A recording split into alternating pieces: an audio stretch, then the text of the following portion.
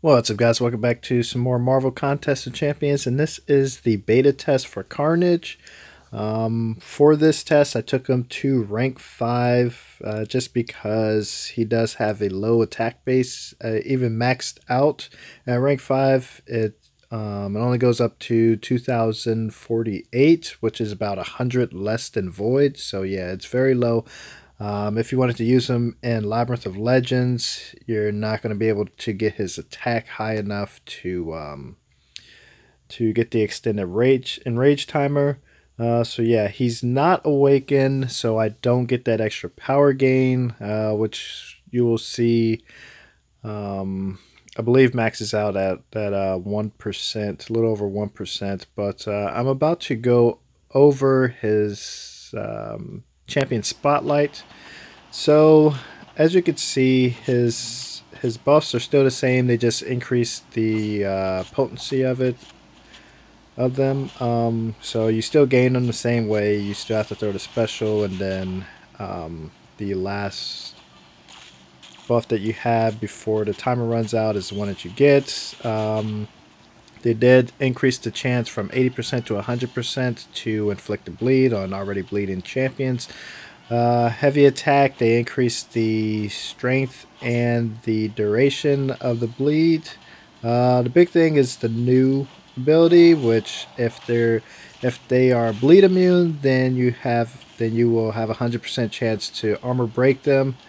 But the armor break doesn't stack, which sucks. And then there's the refresh on the bleed. So in game it says 99%, but in the spotlight it does say 20%, and it looks more like 20% chance to renew a bleed whenever you inflict a bleed. So that is very important when using this champion. So you really want to use him against the champ that's not bleed immune. Then he has increased power gain by 50%, and then each time he gains a buff, it goes down by 25%. So 4 buffs, and the you no longer have that power gain. But there is power gain in his awakened ability. So whenever you have a bleed or armor break on a champion, and sorry, this thing is scrolling slow. It's about to get there, but I can't remember what exactly it says. Power grant up to 1.08% bar power per second based on how close you are to the champion that is bleeding or armor or has the armor break on them. So you want to be very aggressive when you do have it, and then that's going to make it easier for you to get to your specials and just keep firing off those L1s or L2s. So yeah, when I was doing this fight, I thought that it was supposed to be a 99% chance to renew the bleed, so that's why I ended up losing it a couple of times. If I would have knew it was 20%, then I definitely would have kept firing off the L1s, but as you can see, I'm still going through my setup. I wanted to have 4 precision buffs and then 2 cruelty buffs. Though I don't know if it's better to do the fury buffs or whatever, but you definitely do want those critical or the precision buffs on them, just because that's how you're really going to be able to refresh your bleeds. So now I have that, and I'm just going to go in on them, and I was having some difficulties with this Red Hulk this time. Normally he's very aggressive, but at the start of the fight he was giving me some troubles, wasn't firing off his specials, stuff like that. But yeah, what I wanted to do is, or what you want to do is throw your heavy attacks as often as possible in order to get the 15-second bleed, because that's the one that you want to refresh. The other bleeds from the critical hits, those are too short to bother refreshing. So you want to what I was doing is whenever he would throw his special, or most of the time he'd throw a special, I would dash back and then throw my heavy attack. And as you see, I'm trying to be very aggressive on him.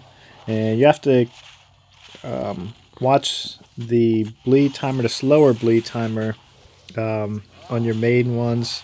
so that you can make sure that you're refreshing them. There was a couple of times I believe I went for an L2 in here instead of going for an L1.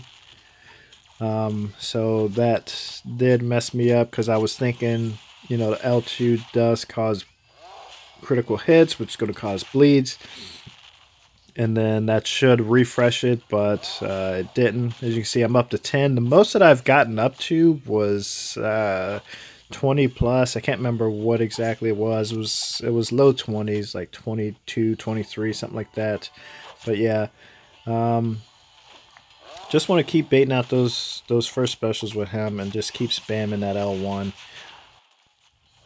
So I would say that these changes definitely improve the champion a lot. I would like to see that chance to refresh the bleed be increased by, you know, I would like to see it up to 99% like it says in game, but obviously if you did do that, then there's no way that those bleeds are going to fall off, and you're just going to keep building them up and up without any issues.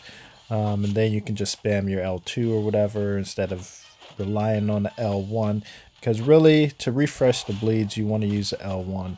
If you want to do extra damage, you want to do the L2, but there's a chance that you're going to lose those bleeds.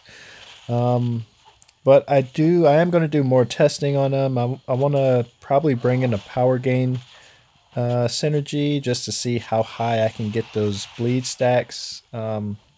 But yeah, I'll let you go ahead and finish watching this fight against Red Hulk. I do end up one-shotting him, so you can see how many hits that takes.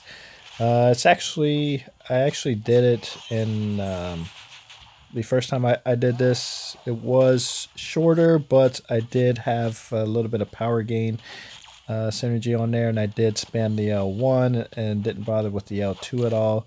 But yeah, anyways, guys, thanks for watching. I'll see you in the next video. Take care.